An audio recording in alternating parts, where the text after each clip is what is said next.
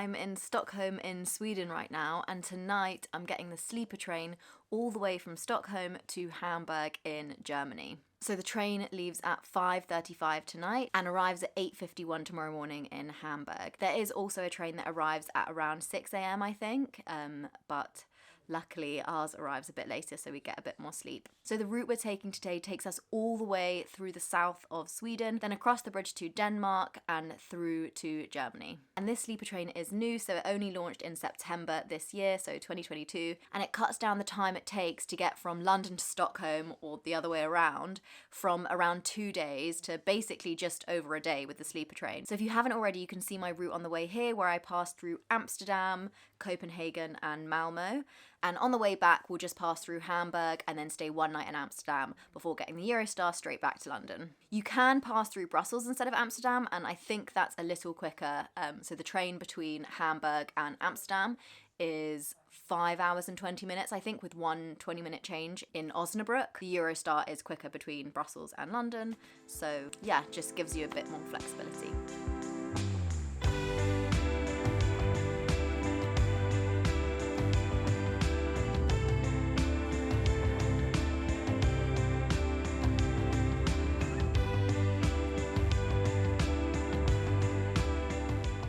So there's no restaurant car on this train, so we just need to pick up some dinner, and then it's a bit early, but we're gonna see if we can head to our platform.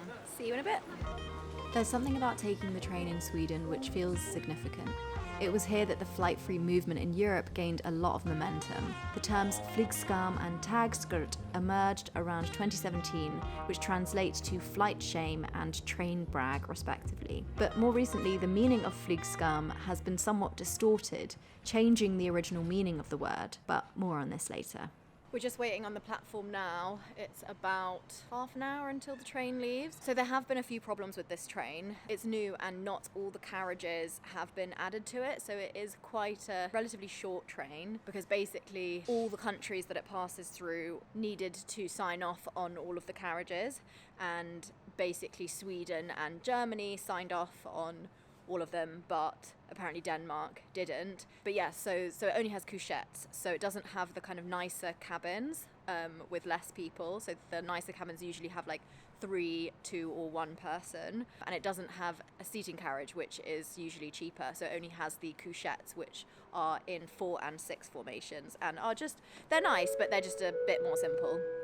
So we're in a 4-person all-female couchette.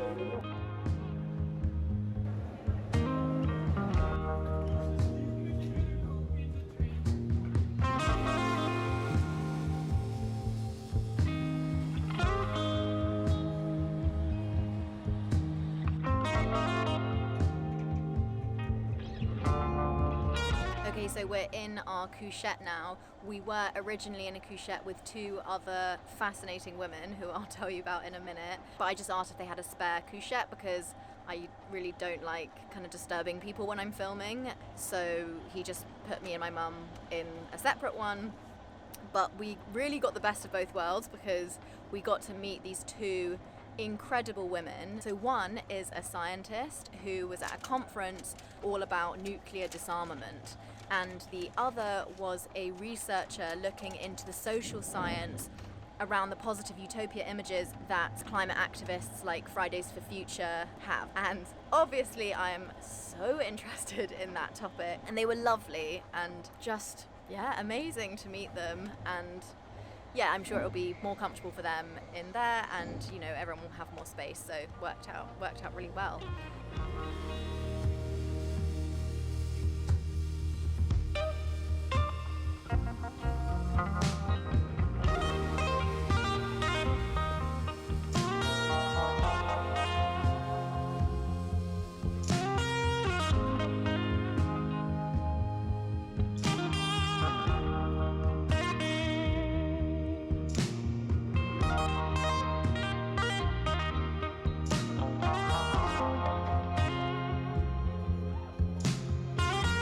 Light is terrible.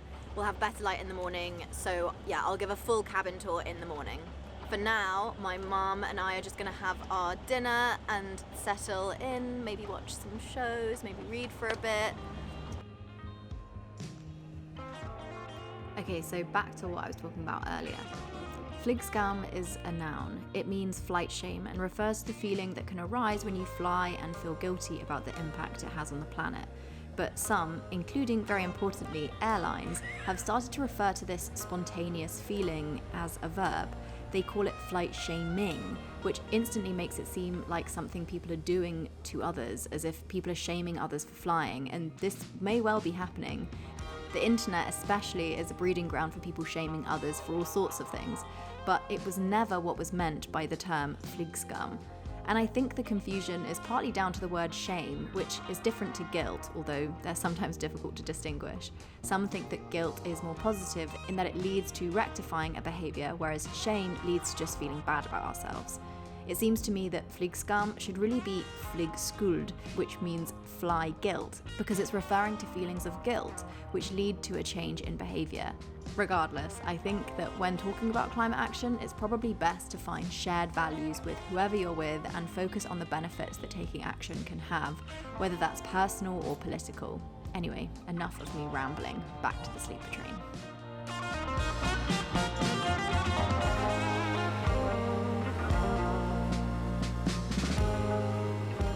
Okay, this is the cabin tour. We're an hour early, which is not great in my opinion because I thought I was going to be able to film a bit longer. Basically, the 4-person couchettes and the 6-person couchettes are the same, except you'll have like 4 people or 6 people in them. So you get 2 beds up here, 2 beds here and 2 beds here. Yesterday you would have seen the seater configuration, so this is what it looks like here. And just like in most sleepers, you get a sheet, another sheet to cover yourself, and then a blanket on top. You get a net, you get a night light. There is a main light up here, and then each bed has a night light.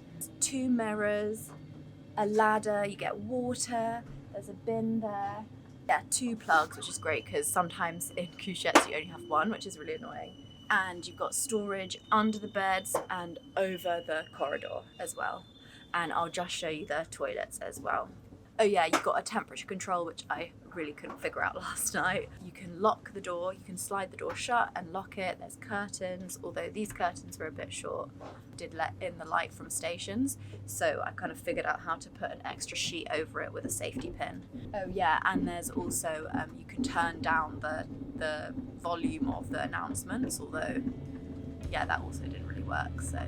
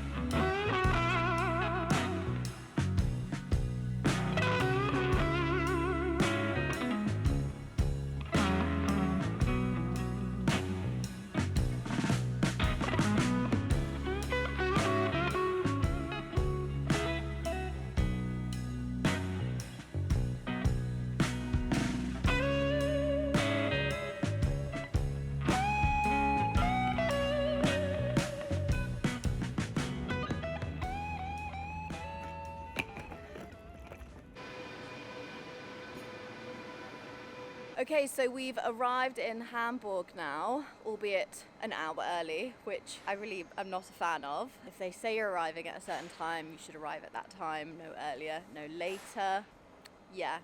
Anyway, apart from that, really, really great experience. We got to watch a movie, we got to have our dinner, and we got to go to bed and travel 608 miles at the same time. We got some really pretty views. It's difficult to catch them on camera, but you can see, especially because it was snowy, you can see outside. And if it's not the depths of winter, then obviously you'll get way more views than we got. So now we're going to continue our journey on to London. We're going to take the same route back that we did on the way to Sweden. So we're going to get one train to Osnabruck, 20-minute changeover, and then carry on to Amsterdam. And then we're going to stay a night in Amsterdam because we have friends there, but you can just carry straight on to London. As I said at the beginning, you can also go via Brussels, and that is a bit shorter, I believe. This train has cut down the time it takes to get between London and Stockholm by like a day. So yeah, very impressed. So if you want to see what the journey's like between Hamburg and London, then you can go and watch my previous video where I also show you what I get up to on the way. We go through Amsterdam, Copenhagen, Malmo, and then what I'm doing in Stockholm as well. So thanks so much for watching if you've made it this far, and I'll see you soon.